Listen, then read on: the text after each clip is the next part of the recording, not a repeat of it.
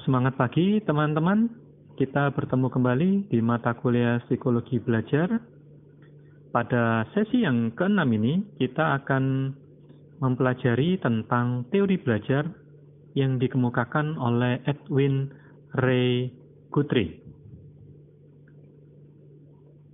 Guthrie, dari teori-teori yang dikemukakan, termasuk ke dalam aliran behaviorism. Namun, dia merasa bahwa beberapa tokoh psikologi sebelumnya, yaitu Thorndike, Skinner, Hull, Pavlov, dan Watson, itu terlalu subjektif. Dan teori yang dikemukakan terlalu ribet. Gitu. Dia merasa teori-teori yang dikemukakan oleh tokoh-tokoh yang lain itu terlalu rumit. Sehingga kemudian dia itu hanya mengajukan satu prinsip untuk memahami perilaku. Gitu ya. Nah, satu prinsip itu yang nanti akan kita pelajari, itu akan tergolong dalam hukum asosiasi dari Aristoteles, gitu ya. Nah, sehingga kemudian teori Guthrie ini juga termasuk dalam paradigma asosianis, ya, asosianisme. Oke. Satu prinsip yang digunakan oleh Guthrie untuk menjelaskan semua fenomena belajar disebut sebagai law of learning, ya, yaitu law of contiguity yang dikemukakan oleh Guthrie pada tahun 1952. Yang berbunyi, kombinasi stimuli yang diikuti dengan gerakan atau movement akan menyebabkan dilakukannya gerakan yang sama kalau kombinasi stimuli muncul kembali. Nah, dalam law of contiguity ini, Guthrie mengabaikan pentingnya reward atau reinforcement yang positif. Dengan kata lain, untuk memahami law of contiguity ini, yaitu apa yang kamu lakukan ketika kamu berada pada suatu situasi, akan kamu lakukan kembali ketika kamu dihadapkan pada situasi yang sama.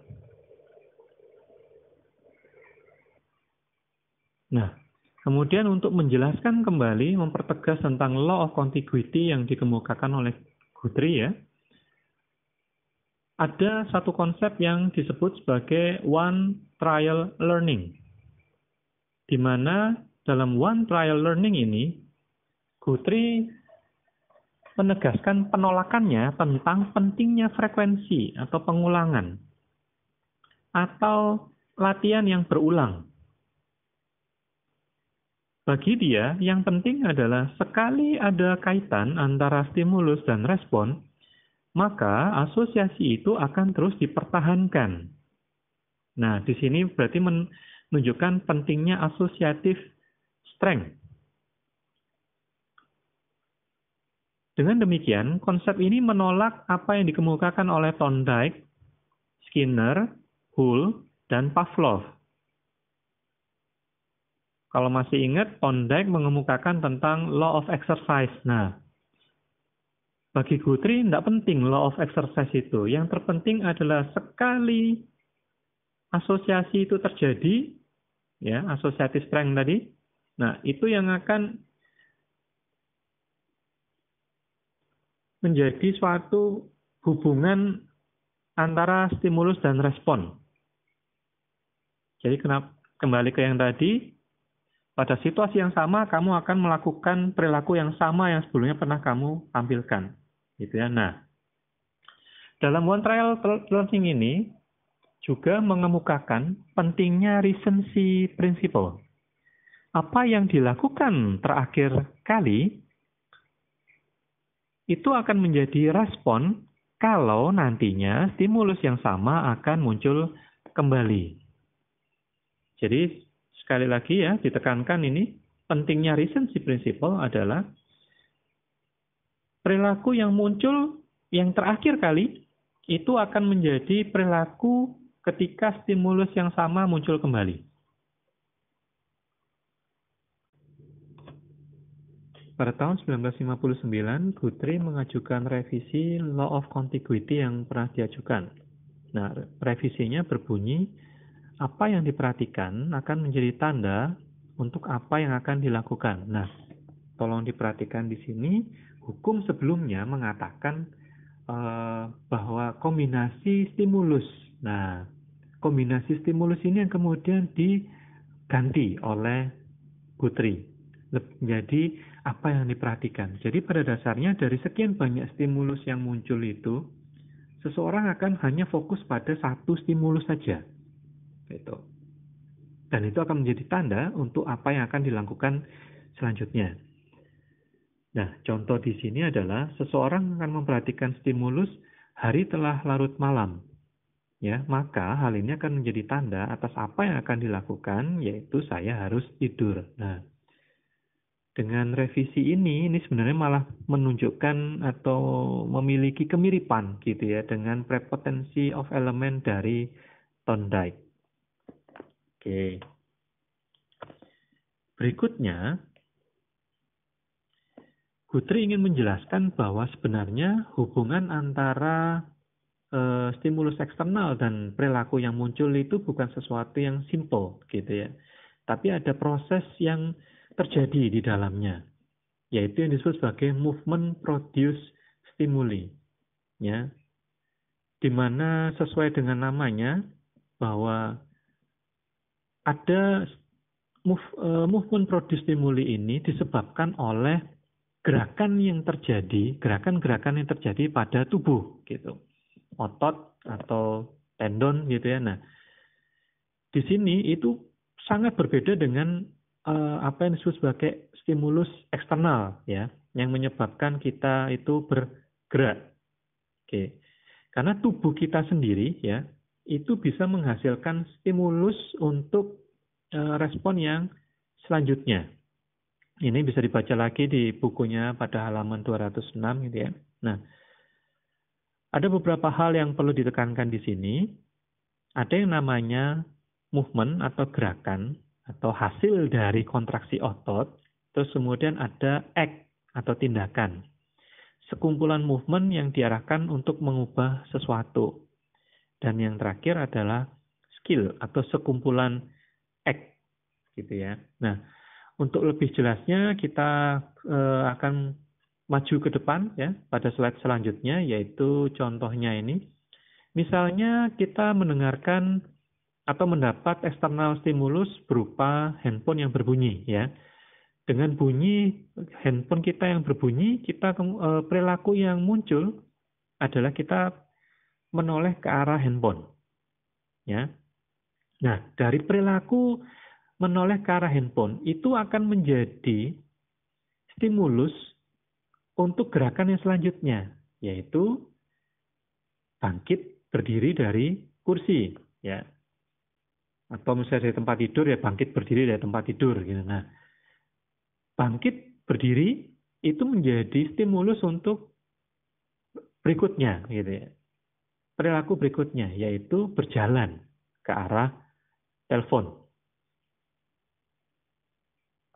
Nah, berjalan ke arah telepon ini sendiri akan menjadi stimulus untuk gerakan berikutnya, yaitu mengangkat telepon.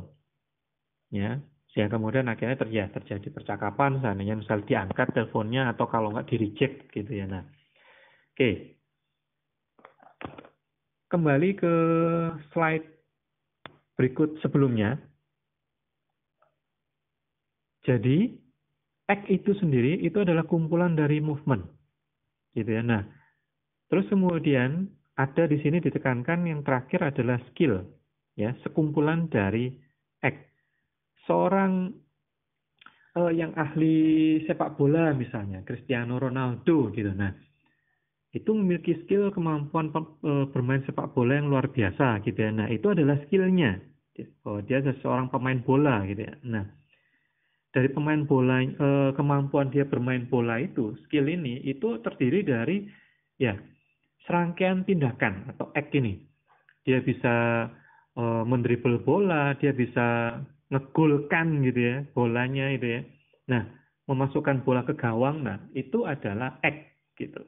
Di mana act ini kumpulan dari movement-movement itu. Kalau dribble apalagi gitu ya, bergerak dari memindahkan bola dari kiri ke kanan dan sebagainya sampai kemudian mengarah mendekati gawang terus kemudian menendang bola ke arah gawang. Nah, itu kumpulan dari movement. Oke. Nah, di slide tentang reinforcement ini, Guthrie menjelaskan gitu ya, bahwa sekali lagi reinforcement itu tidak harus ada dalam proses belajar. Bagi Guthrie, keberadaan reinforcement itu hanya untuk mencegah kelupaan, ya, prevents unlearning, mencegah supaya seseorang itu tidak belajar, itu. Oke, ini adalah penegasan dari Guthrie. Nah, pada slide berikutnya ini saya menampilkan tentang eksperimen ya, satu-satunya eksperimen yang dilakukan oleh Guthrie dan Horton gitu ya, yaitu tentang kucing. Jadi Guthrie ini menduplikasi istilahnya atau membuat suatu alat yang mirip dengan yang dilakukan oleh Thorndike ya, di mana memasukkan kucing ke dalam kotak dan kemudian kucing ini harus menekan suatu tuas supaya pintu itu terbuka. Nah, yang menjadi perhatian di sini adalah kalau diperhatikan dari contohnya ini, dari gambar yang ada di situ ya, menunjukkan pada dasarnya kucing itu melakukan beberapa perilaku ya untuk berusaha keluar dari kotak. Nah, ketika misalnya dia perilaku terakhir yang dilakukan itu adalah misalnya dia tidak sengaja menggeser tuas gitu ya, menyenggol tuas. Nah, perilaku menyenggol tuas ini kan kemudian membuat pintu itu terbuka. Nah, kemudian dia bisa keluar. Nah, ketika dia dimasukkan kembali, yang terjadi adalah kucing ini kemudian akan berusaha untuk menyenggol tuasnya dengan cara yang sama bahkan gitu. Kalau saya menyenggol dengan pantatnya, ya dia akan mencoba menyenggol dengan pantatnya kembali gitu. Nah, oke, itu yang dihasilkan oleh eksperimen yang dihasilkan oleh Guthrie dan Horton gitu ya. Nah, slide berikutnya tentang kelupaan ya atau forgetting. Forgetting sendiri bagi Guthrie adalah tanda bahwa orang sedang belajar membentuk respon baru terhadap stimulus yang sama. Sehingga itu akan mengganggu apa yang telah dipelajari sebelumnya. Oke. All forgetting must involve new learning. Gitu. Jadi pembelajaran yang baru itu akan menghasilkan forget, gitu ya, menghasilkan kelupaan. Nah, itu sebenarnya dikemukakan oleh Guthrie. Di sini ada istilah retroactive inhibition ya. New learning, pembelajaran yang baru akan menginterfere gitu ya, akan mempengaruhi pembelajaran yang lama gitu. Oke, jadi ya ini yang menyebabkan sebenarnya bisa dipakai oleh teman-teman gitu ya. Waktu misalnya, jadi tidak heran kalau misalnya sekarang ditanyain apa yang kamu ingat tentang misalnya bahasa Inggris yang kalian pelajari di semester 1. Sudah lupa gitu, karena sudah ketumpuan yang kalian pelajari pada jangankan yang semester 1 ya, minggu-minggu kemarin aja mungkin sudah mulai lupa, gara-gara kemarin sudah belajar hal yang baru. Nah, intinya itu gitu. Oke. Jadi, ketika ada respon baru sewaktu menghadapi stimulus yang lama, itu akan menghasilkan kelupaan. Gitu. Ya. Oke. Berikutnya ada konsep yang dikemukakan oleh Guthrie yaitu habit atau kebiasaan. Ya. Respon yang diasosiasikan dengan sejumlah stimuli. Makin banyak stimuli yang memunculkan respon, akan makin kuat kebiasaan yang muncul gitu ya, yang terjadi. Nah, sebagai contoh biasanya paling gampang itu perilaku merokok gitu. Nah,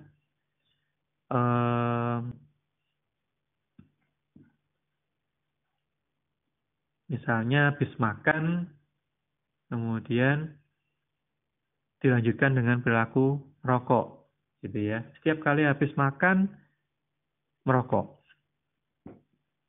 Ketika lagi nganggur merokok misalnya. Nah, ini akan intinya kan berarti dari beberapa stimuli tadi itu kan menghasilkan perilaku merokok tadi. Nah, semakin banyak gitu ya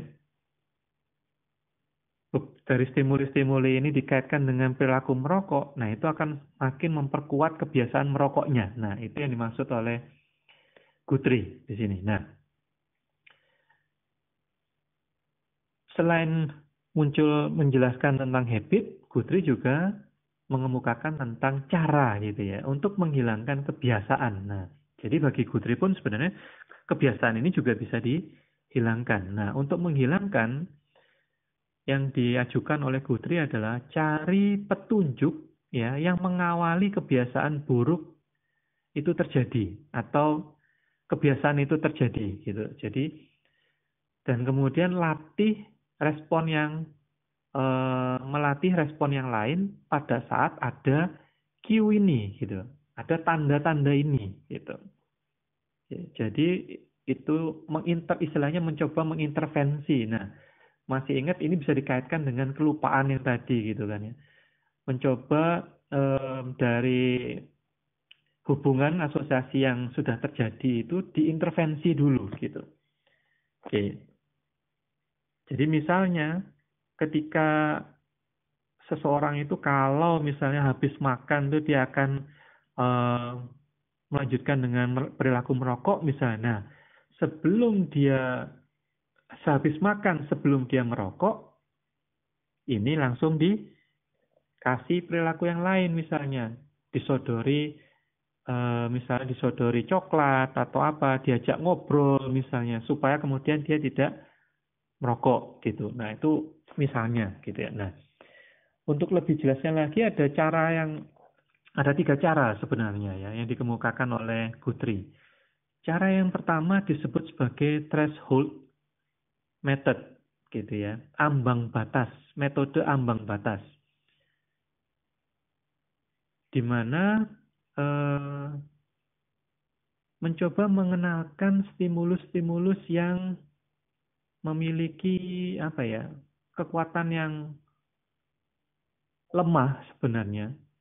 Stimulus-stimulus yang mungkin kekuatannya lemah, yang tidak akan menyebabkan munculnya perilaku sebenarnya. Tapi kemudian secara bertahap itu ditingkatkan gitu. Secara bertahap ditingkatkan intensitasnya dari stimulus tersebut. Jadi sifat intinya adalah dikenalkan sedikit demi sedikit sampai kemudian bisa misalnya memunculkan habit yang baru gitu ya. Nah, mencoba untuk menghasilkan atau menampilkan perilaku stimuli ini di bawah ambang batas seseorang gitu. Dalam hal ini langsung saya akan mencoba membawakan ya supaya teman-teman tidak tambah bingung misalnya. Contohnya yang dulu pernah saya singgung tentang sistematik desensitisasi. Nah, itu adalah yang disebut mirip atau yang kemudian yaitu termasuk dalam threshold method ini. Gitu. Menghadirkan stimulus pada taraf paling ringan, kemudian lama-kelamaan meningkat. Gitu ya. Nah, misalnya di sini contohnya mengurangi kebiasaan merokok. 1 hari ya dikurangi sedikit-sedikit lah. Pertama misalnya 1 batang, 2 batang, 3 batang gitu ya.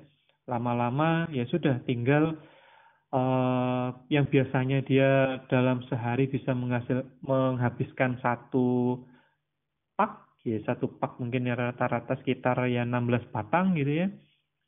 Ya kemudian selalu sisa 3 gitu pada hari pertama, hari kedua gitu ya. Nah, pada harapannya itu ya sehari paling cuman ngerokok 3 batang misalnya. Itu dari konsep biasanya kan habis makan pagi, makan siang, makan malam, wis gitu. Nah, harapannya nanti kemudian benar-benar berhenti rokok gitu. Nah, ini yang disebut sebagai desensitisasi sistematik gitu ya. Kalau masih ingat yang dulu contoh saya adalah ketakutan akan ketinggian, ya dikenalkan dikit demi dikit gitu ya, sedikit demi sedikit naik satu lantai, naik 2 lantai gitu. Nah, itu. Oke. Itu adalah cara yang pertama yang diajukan oleh Guthrie, ya. Oke. Cara kedua yang diajukan oleh Guthrie ya untuk menghilangkan kebiasaan yaitu dengan fatigue method ya atau exhaustion atau flooding di sini. Jadi di sini metodenya adalah kita membuat seseorang untuk memberikan respon secara terus-menerus sampai dia menyerah gitu ya, sampai dia mengalami kelelahan. Jadi organisme diminta untuk memberikan respon sampai dia menyerah untuk tidak mau lagi melakukan respon tersebut. Nah, ini malah contohnya ini adalah misalnya mania makan bakpao ya, maka bakpaonya itu ditambahi terus sampai kemudian dia enek gitu ya. Nah, kebalikan dengan yang tadi misalnya kalau yang threshold gitu ya, yang pertama ya, threshold method itu kan bertahap. Nah, di sini ibaratnya kalau yang tadi misalnya dikurangi rokok itu bertahap, ini malah kalau dalam fatigue method ini langsung disodori rokok itu terus menerus gitu ya. Meskipun dalam hal ini tidak etis ya teman-teman, ini contohnya aja sebagai contoh gitu ya. Selesai satu batang kasih terus nah sampai dia menyerah gitu ya. Nah, dalam hal ini sekali lagi itu tidak etis, itu bisa langsung kena kanker paru-paru dalam ini. Tapi itu yang sebagai penjelasan dari fatigue method ini. Itu. Jadi ibaratnya misalnya anak kecil yang katakan suka berteriak gitu ya. Satu cara menghilangkan kebiasaan berteriaknya ini ya sudah, dia malah disuruh terus berteriak, terus teriak ya. Teriak terus sekarang gitu ya. Terus teriak. Sampai dia benar-benar sudah capek gitu ya. Nah, dengan demikian ketika dia sudah merasa capek, itu membuat dia kemudian oke, dia akhirnya tidak mau melakukan lagi gitu. Nah, itu cara yang kedua gitu ya. Nah, cara yang ketiga yaitu dengan incompatible response atau counter conditioning gitu ya. Di sini memasangkan istilahnya stimulus yang tidak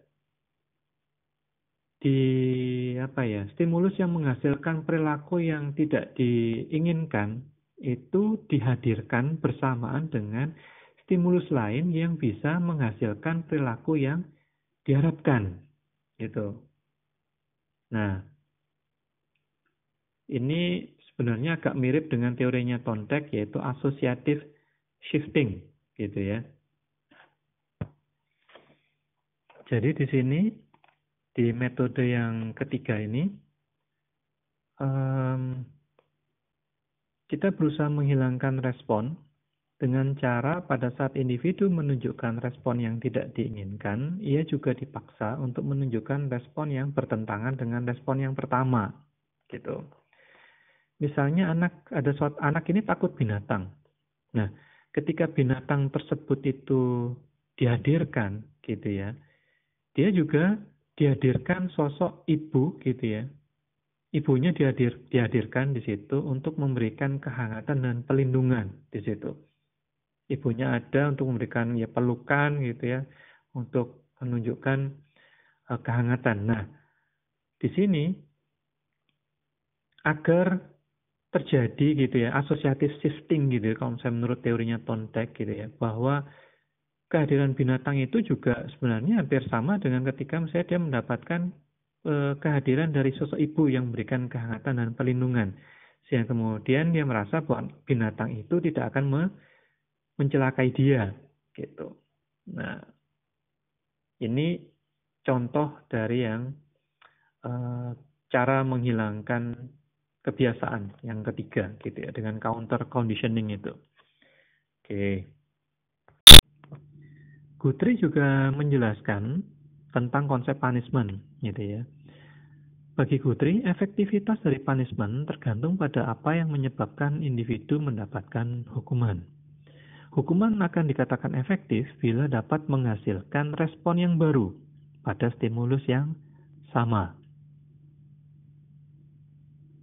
Jadi, efektivitas dari hukuman itu bukan pada akibat yang menyakitkan karena hukuman tersebut, tetapi ketika dapat memaksa individu untuk melakukan respon yang lain pada stimulus yang sama. Nah, di sini ada contoh yang dikemukakan oleh Guthrie adalah membuat anjing untuk tidak mengejar mobil gitu ya. Ketika misalnya anjing kita itu misalnya suka mengejar waktu kita naik mobil kemudian mengejar. Nah, sebenarnya yang dipukul itu adalah hidung atau pantat misalnya. Nah, di sini jawabannya adalah hidung gitu. Kalau misalnya hidungnya yang dipukul, karena ketika hidung ini dipukul, itu akan membuat anjing kan spontan tuh berhenti gitu. Jadi kemudian dia akan tidak mengejar lagi.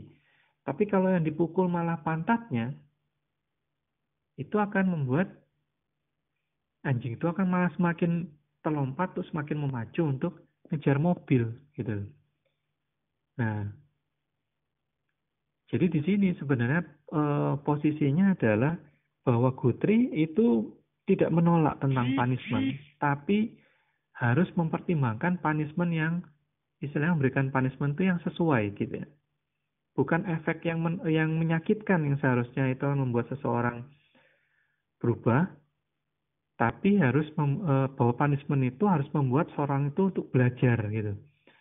Jadi contoh yang lain misalnya ya, seorang anak yang suka melempar barang. Nah, punishment itu tidak efektif ketika hanya istilahnya hanya memberikan teriakan atau hukuman gitu. Oh, ketika dia melempar barang. Karena anak ini kemudian dia banyak akan belajar bahwa terus pokoknya ketika misalnya mamanya berteriak, nah baru dia akan mengambil barangnya. Tapi kan perilaku melemparnya kan tetap terjadi terus gitu loh. Nah, jadi yang perlu dirubah adalah cara memberikan punishment-nya, bukan berupa teriakan, tapi lebih ketika misalnya anak ini kemudian melempar barang, anak ini sebagai hukumannya adalah mengambil mainan yang dilempar itu atau barang yang dilempar itu dan kemudian disuruh untuk menaruh di tempat yang seharusnya. Gitu. Oke, berikutnya Guthrie menjelaskan tentang drive dan intention. Drive atau dorongan fisiologis oleh Guthrie disebut sebagai usaha untuk mempertahankan stimuli, maintaining stimuli, yang akan tetap membuat organisme itu aktif terus hingga tujuannya tercapai. Jadi misalnya seseorang mengalami rasa lapar gitu ya, orang tersebut akan berusaha sehingga kemudian rasa laparnya ini terpenuhi. Dia akan berusaha mencari makanan sehingga kemudian ya sudah dia tidak menjadi lapar lagi. Gitu. Nah, sedangkan intensi sendiri itu disebut intensi karena kan menjaga stimulasi dari drive, ya, menjaga stimulasi dari drive atau dorongan yang biasanya berlangsung dalam waktu tertentu hingga drive ini terpenuhi. Berikutnya, Guthrie menjelaskan tentang transfer of training. Di sini Guthrie menyatakan gitu ya, kepada murid-muridnya, pada para mahasiswanya, jika kamu ingin cepat belajar atau cepat menguasai suatu materi, atau kamu ingin berhasil dalam suatu ujian gitu ya, maka kamu harus belajar pada situasi dan tempat yang hampir sama dengan situasi tes itu. Gitu. Nah, contohnya ya, sebagai contoh, ingin menghafalkan puisi atau karya tulis gitu ya, ya kamu harus menghafalkan di tempat di mana kamu nanti akan mempresentasikan puisimu atau karya tulis tersebut. Nah, di sini itulah kenapa dalam suatu latihan ya, pementasan gitu, perlu yang namanya gladi resik. Kalau teman-teman pernah tahu gitu ya. Jadi setiap kali misalnya contoh, seseorang ingin tampil di lomba ya dia harus belajar di tempat di mana lomba itu akan diadakan gitu. Itulah kenapa biasanya dalam suatu lomba gitu kita boleh datang ke panggungnya gitu, mungkin di hari sebelumnya atau di 2 hari sebelumnya untuk merasakan situasi dari panggung tersebut gitu. Nah, oke. Jadi ini itu adalah aplikasi yang diterapkan, itu istilah aplikasi dari teorinya Guthrie gitu ya. Nah, ini sebagai tips berarti buat teman-teman nanti kalau misalnya kamu mau ujian, ya misalnya katakan kamu nanti akan menggunakan laptop atau menggunakan handphone, ya latihanlah dengan alat tersebut gitu loh. Jangan kemudian sebelumnya kamu belajar dari handphone terus kemudian nanti pada saat ujian kamu menggunakan laptop. Nah, itu nanti kamu akan mengalami loh. Tadi aku tuh sudah belajar, tapi waktu ujian kok jadi lupa ya. Nah, itu loh. Jadi nggak bisa ya, karena situasinya berbeda gitu. Ya, ini yang dikemukakan oleh Guthrie dalam transfer of training. Oke. Oke. Terakhir kita akan membahas tentang formalisasi teori Guthrie oleh Foix, yang nama lengkapnya adalah Virginia W. Foix, salah seorang murid dari Guthrie. Nah, sebenarnya Foix ini mengemukakan beberapa teori gitu ya, formulasikan dari teori Guthrie itu, tapi agak cukup kompleks. Nah, kita akan membahas cuma 4 di sini. Postulat pertama yang dikemukakan adalah principle of association, di mana pola stimulus apapun yang pernah menyertai suatu respon dalam waktu 1,5 detik atau kurang akan menjadi isyarat langsung yang kuat untuk respon tersebut muncul, gitu ya. Jadi ini satu-satunya cara di mana pola stimulus respon itu menjadi kuat, gitu ya. Begitu kalau misalnya terjadi dalam waktu 1,5 detik tadi atau kurang, ini stimulus itu akan menjadi tanda supaya respon itu hadir. Itu prinsip yang pertama. Nah, postulat yang kedua adalah principle of posterity ini ya. Nah, ini stimulus yang menyertai atau mendahului dua respon yang tidak sesuai gitu ya. Di mana stimulus respon yang terakhir itu akan menjadi tanda gitu. Atau hubungan antara stimulus dengan respon yang terakhir itu akan menjadi kuat gitu. Nah, ini prinsip of posterity gitu, postulat yang kedua ini.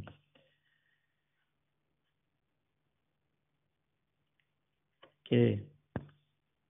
Intinya adalah kehadiran dari respon yang kedua itu menjadi tanda agar respon-respon yang sebelumnya itu hilang gitu. Menjadi tanda supaya itu tidak muncul lagi gitu. Jadi intinya adalah respon yang terakhir itu yang akan selalu diingat atau yang akan selalu berkesan sehingga kemudian ketika muncul stimulus tersebut yang tadinya muncul beberapa respon itu kan, nah respon terakhir lah yang akan diingat gitu, yang akan menjadi respon yang akan selalu diulang ketika stimulus itu hadir. Itu adalah dari postulat yang kedua ini. Yang ketiga adalah principle of probability. probabilitas suatu respon terjadi tergantung pada proporsi kesamaan stimulus yang pertama dengan yang kedua. Jadi, kalau misalnya stimulus yang pertama dan stimulus yang kedua itu semakin mirip, ya itu probabilitas munculnya respon tersebut semakin tinggi. Gitu. Oke, pada postulat yang keempat, principle of dynamic situation, pola stimulus dari suatu situasi yang itu tidak bersifat statis gitu ya, tapi berubah. Jadi pola stimulus respon itu juga tergantung pada faktor-faktor yang lain, di mana bisa jadi adalah faktor kelelahan gitu ya, atau kemudian perubahan fisiologis sendiri dari individu tersebut, ya, atau proses-proses internal yang ada di dalam diri organisme, gitu. Jadi hubungan antara stimulus responnya itu ya sebenarnya juga tergantung pada organisme. Nah itu bisa jadi dari waktu ke waktu bisa berubah, gitu. Misalnya ketika ada stimulus tadinya misalnya seorang anak kecil awalnya dipanggil langsung datang gitu ya.